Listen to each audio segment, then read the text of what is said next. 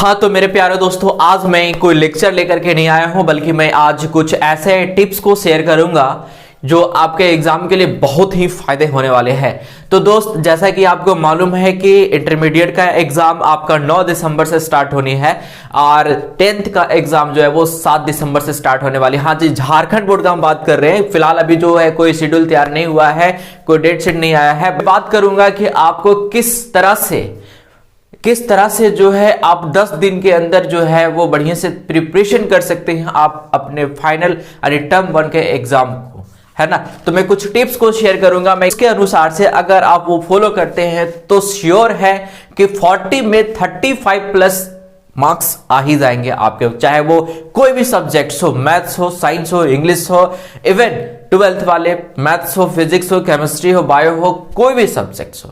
ठीक है। Tips number 1 का अगर हम बात करें तो सबसे पहले दोस्त, आप सबसे पहले फोकस करेंगे सिलेबस पे। जो आपके सिलेबस में क्वेश्चंस आने वाले हैं, जो चैप्टर्स आने वाले हैं, वो सारे चैप्टर आपके कंप्लीट है या कंप्लीट नहीं है, उस पर थोड़ा सा आपको फोकस करना पड़ेगा। और रही बात की जो कंप्लीट नहीं है, जो चैप्टर्स कंप्लीट नहीं है, उस पर अभी आपको ज्यादा दिमाग नहीं लगाना है क्योंकि आपका एग्जाम बहुत नजदीक है। ठीक है। जो चैप्टर कंप्लीट हो चुके हैं उसी चैप्टर को लेकर के आप आगे बढ़ेंगे। ठीक है। दूसरा चीज है, झारखंड बोर्ड का जो मॉडल सेट आया हुआ है, ये बहुत ही काम का चीज है। अभी कह सकते हो कि सारा बुक एक साइड रखना है आपको, और जो जैक बोर्ड का जो मॉडल सेट निकला हुआ वो सारे मॉडल सेट को आपको एक साथ रखना है, और ये 10 दिन में ये मॉडल सेट को ना पूरा चाट जाना है। जी हाँ, वो कैसे करना है प्रिपरेशन हम बता रहे हैं आपको।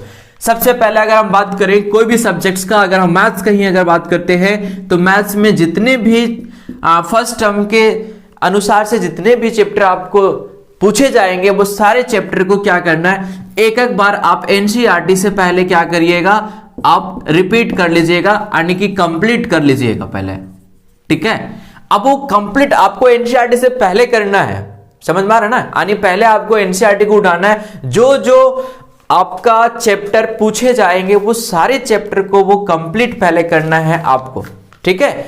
उसके बाद आपको क्या करना है कि मॉडल सेट को लेना है आपको, और मॉडल सेट में अब देखिए कैसे बनाना है आपको, वो तरीका आपको बता रहे हैं। ये नहीं कि फर्स्ट मॉडल सेट उठाएं और फर्स्ट का 40 का 40 हम क्वेश्चन एक के बार में खत्म कर दिए, ऐसा नहीं करना है। सबसे पहले आपको क्या करना है, 5 मॉडल सेट आपको निकाल करके दिया हुआ है। तो आपको क्या करना है कि जैसे कि अगर हम एनसीईआरटी का फर्स्ट चैप्टर अगर हम कंप्लीट कर रहे हैं, जैसे कि रिलेशन फंक्शन का हम बात करते हैं, 12 वाले का बात करते हैं, रिलेशन फंक्शन को अगर हम कंप्लीट किए तो उसी चैप्टर से जितने भी मॉडल सेट में क्वेश्चंस होंगे, set 1, set 2, set 3, set 4, set 5, ये पांचों सेट में जितने भी क्वेश्चंस होंगे किससे, रिलेशन एंड फंक्शन से, वो सब का सब एक बार में खत्म करना आपको।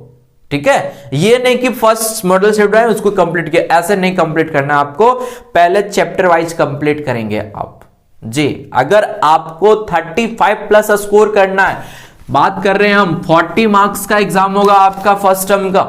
ठीक है। सारे का सारा ऑब्जेक्टिव होंगे, तो भाई 40 में 35 प्लस तो कंफर्म है, कहीं नहीं कटने वाले हैं मार्क्स, अगर ये बात को फॉलो करते हैं। देखिए बहुत सारे बच्चे ये सोच रहे होंगे कि ऑब्जेक्टिव है तो बहुत इजी क्वेश्चंस आएंगे। बेटा आसान क्वेश्चन आपके लिए नहीं बल्कि सभी के लिए है, और इसी में आपको आगे निकलना है। तो थोड़ा सा धैर्य रखना पड़ेगा, मेहनत करना ही पड़ेगा आपको अगर बढ़िया स्कोर करना है तो। उसके बाद अगर आप सेकंड चैप्टर चलते हैं, सेकंड चैप्टर जैसा है कि आईटीएफ का अगर हम बात करते हैं तो पहले आप एनसीईआरटी को कंप्लीट करेंगे।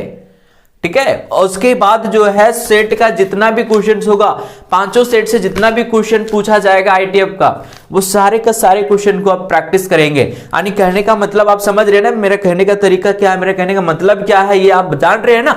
सबसे पहले आपको क्या करना पड़ेगा, पहले बुक को फॉलो करना पड़ेगा, बुक को पहले कंप्लीट करना पड़ेगा एनसीईआरटी का। उसके बाद मॉडल सेट से आप क्वेश्चन उठाएंगे, और क्वेश्चंस को क्या करना है कि चैप्टर वाइज कंप्लीट करना है। ठीक है। और उसके बाद जब ये सारा चैप्टर आपका कंप्लीट हो जाता है, चैप्टर वाइज कंप्लीट कर लेते हैं, तब एक बार फिर से अब आपको क्या करना है कि मॉडल सेट को ऐसे बनाइएगा। सेट 1 को पहले कंप्लीट कीजिएगा, वो भी टाइम टेकन से। कहने का मतलब है कि आप टाइम फिक्स कर लीजिएगा मान के चलिए कि अगर आप पढ़ने बढ़ते हैं तो 1 घंटे के अंदर में आप कितना क्वेश्चन सॉल्व कर पाते हैं, 2 घंटे में कितना क्वेश्चन सॉल्व कर पाते हैं, उसके अकॉर्डिंग टाइम को एज टाइमर फिक्स कर दीजिए, ठीक है। और सेट 1 को उठाइए और सेट 1 को क्वेश्चन नंबर 1 से लेकर के 40 तक आप बनाते जाइए। समझ रहे हैं मेरा बात, क्या बोल रहे हैं हम, समझ रहे हैं ना। हाँ, तो क्या करना है कि टाइमर को सेट करके, ताकि आपके पास ना वो एक हैबिट हो जाएगा कि आप कितने समय में कितना क्वेश्चन को टच कर पा रहे हैं, ठीक है। बहुत सारे बच्चे के दिमाग में ये चल रहा होगा कि सर ऑब्जेक्टिव क्वेश्चन है अगर, तो टाइम से क्या लेना देना, एबीसीडी मार के आ जाएंगे, आ जाना बेटा एबीसीडी मार करके, क्या फर्क पड़ रहा है, ले लेना अम्बर बॉश बोल देना, एबीसीडी मार के निकल जाना, है ना। ऐसे नहीं करना है, बात को समझिए इस चीज को, ठीक है। फिर सेट 2 को लीजिएगा, सेट 3 को सॉल्व कीजिए, सेट 4 को सॉल्व कीजिए। अच्छा देखिए, बहुत सारे सेट्स में ऐसा भी होगा कि कुछ कुछ ऐसे क्वेश्चंस होंगे जो आपसे नहीं बनेंगे, तो वहां पे क्या होता है कि अक्सर बच्चे क्या करते हैं कि जो क्वेश्चन नहीं बनते बस वहीं जाकर के अटक जाते हैं, उसके बाद आगे बनाते ही नहीं। ऐसा नहीं करना आपको। अगर आप प्रैक्टिस कर रहे सेट को ना, तो अगर आपका क्वेश्चन सॉल्व नहीं हो रहा है, वो क्वेश्चन को गोल कर दीजिए और आगे बढ़ जाइए। और जो डाउट क्वेश्चंस होगा वो अपने ट्यूटर से, अपने भाई से, अपने दोस्त के साथ जाकर के मिलकर के डिस्कस कीजिए और वो क्वेश्चन पे फोकस कीजिए। ऐसा नहीं है कि हम क्वेश्चन को छोड़ देंगे और खत्म कर देंगे, ठीक है, और तैयारी करेंगे ही नहीं उस क्वेश्चन का। तो ऐसे करने से जो है ना, वो फिर आपका नेगेटिव पॉइंट चला जाएगा। सारे क्वेश्चंस को बनाना है और सेट्स को कम से कम 2 से 3 बार प्रैक्टिस करना है आपको, क्योंकि मैथ्स है। अगर मैथ्स को प्रैक्टिस नहीं करते हैं आप, तो बढ़िया स्कोर नहीं आने वाला है। जो बात है फैक्ट हम आपके साथ बता रहे हैं। अगर ये कुछ चीजें को अगर आप दिमाग में सेट करते हो ना, और अगर एग्जाम तक फॉलो करते हैं, तो आपका अच्छा स्कोर आने वाले हैं। जो बातें क्लियर, अभी हम बात कर रहे हैं मैथ्स का, हम धीरे धीरे सारे सब्जेक्ट्स का भी हम बात करेंगे, टेंशन मत लीजिए, ठीक है, टेंशन नहीं लीजिए। इसके बाद जब सेट आपका कंप्लीट हो जाता है, तो टिप नंबर 3 में आपको क्या करना है, बात को समझिएगा। जो भी सेट्स में क्वेश्चन दिखते हैं चैप्टर का, ठीक है, जैसे मान के चलिए फर्स्ट चैप्टर का, सेकंड चैप्टर का, थर्ड चैप्टर का, जो भी क्वेश्चन आपके पास दिख रहा है ना, उस क्वेश्चन का सेम टाइप का, आपको अलग नहीं बल्कि सेम टाइप्स के जो क्वेश्चंस होंगे जो बुक में, उसको थोड़ा सा फॉलो कीजिए और वो क्वेश्चन को प्रैक्टिस कीजिए। वो क्वेश्चंस को आप बनाइए 2 बार 3 बार, सेम उसी टाइप का। आपको अदर टाइप का बनाने का जरूरत नहीं है, क्योंकि दोस्त समझ लीजिए, झारखंड बोर्ड है ना, सेट से लगभग बता रहे हैं हम, 5 सेट से ना आपको 50 से 60% क्वेश्चन हो देखने को मिल जाएगा। हो सकता है कॉपी पेस्ट हो, समझ रहे हैं ना मेरा बात। और क्वेश्चन का लेवल कोई हाई नहीं होगा, बस थोड़ा दिमाग को स्थिर रखिएगा। क्वेश्चन छोटे छोटे क्वेश्चंस को डाले जाएंगे और आपसे पूछे जाएंगे। बात यहां पे ये होता है कि बहुत सारे बच्चे बड़े बड़े क्वेश्चंस को सॉल्व करते हैं और छोटे क्वेश्चन पे ध्यान नहीं देते हैं, और वही चीज होता है कि छोटे क्वेश्चन छूट जाते हैं एग्जाम में। इसलिए जितने भी छोटे छोटे क्वेश्चन एनसीईआरटी के हो, साइड बुक के हो, जो मॉडल सेट टाइप का हो, यानी मॉडल सेट पे जो क्वेश्चन दिख रहा है उसी के टाइप के जैसा अगर आपको क्वेश्चन कहीं भी दिखता है, तो वो क्वेश्चन को आप पहले बनाइए, ठीक है, उस क्वेश्चन को प्रैक्टिस कीजिए, तभी आपका स्कोर आने वाले हैं अच्छे स्कोर, ठीक है। इसके बाद टिप्स नंबर 4 क्या है दोस्त, देखिए, अब आप ये नहीं समझिएगा कि सर मैथ्स को तो रगड़ दिए, पूरा रगड़ दिए, बाकी सब्जेक्ट्स का क्या होगा। जी, आप सही सोच रहे हैं। अगर आप पर्सनली केवल मैथ्स पे ध्यान देते हैं और बाकी सब्जेक्ट्स पे ध्यान नहीं दे रहे हैं, तो आपका परसेंटेज तो ऐसा ही गिर जाएगा, है ना। तो इसके लिए आपको क्या करना पड़ेगा, एक टाइम टेबल फिक्स करना पड़ेगा दोस्त। 10 दिन मान के चलिए कि आपके पास 10 दिन टाइम है, तो 10 दिन में आप कैसे कंप्लीट करेंगे, कैसे कंप्लीट करेंगे। आपके पास मैथ है, फिजिक्स है, केमिस्ट्री है, इंग्लिश है, सीएस होगा, तो ये सारे सब्जेक्ट्स को भी तो देखना है, क्योंकि अगर ये सारे सब्जेक्ट्स को अगर आप नहीं देखते हो, तो भाई आपका परसेंटेज नीचे आ जाएगा, फिर मजा क्या आएगा, है ना।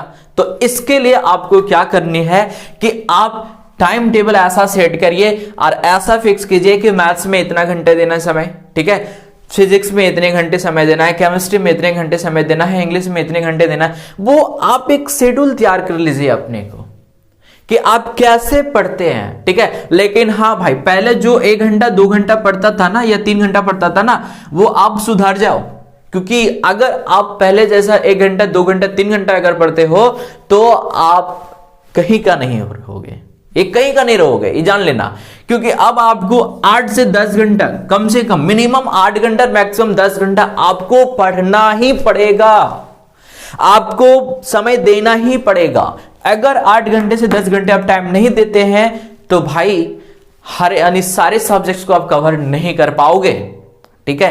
तो इसलिए आपको टाइम देना पड़ेगा। अगर मैथ्स के पीछे 3 से 4 घंटे समय दे रहे हैं तो फिजिक्स एंड केमिस्ट्री के पीछे भी आपको 3 से 4 घंटे देने होंगे। जो आपके मेन सब्जेक्ट्स है उसके पीछे आपको समय देना होगा, तभी आपका परसेंटेज अच्छा आ सकता है, स्कोर अच्छा आ सकता है दोस्त। ऐसे ही इंफॉर्मेशन वीडियोस पाने के लिए आप मेरे चैनल को सब्सक्राइब कर सकते हैं और बेल आइकन को ऑन करके रख सकते हैं। अगले वीडियो में मिलते हैं कुछ नई बातें को लेकर के, तब तक के लिए धन्यवाद। और हाँ, एक बात और, अब क्या है कि आपका मैथ्स का 12th क्लास का सारा मॉडल सेट्स का सॉल्यूशन हम अब आपको ऐसे चैनल के माध्यम से हम आपको लेकर के आ रहे हैं, आपके पास लेकर के आ रहे हैं। तब तक के लिए गुड बाय।